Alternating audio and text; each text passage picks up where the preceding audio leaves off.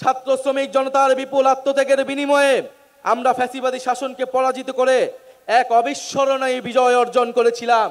আমাদের সুস্পষ্ট এক দফা দাবি ছিল, আমরা ফ্যাসিবাদী ব্যবস্থার বিলোপ করে এক নতুন রাজনৈতিক বন্দোবস্ত করতে চাই।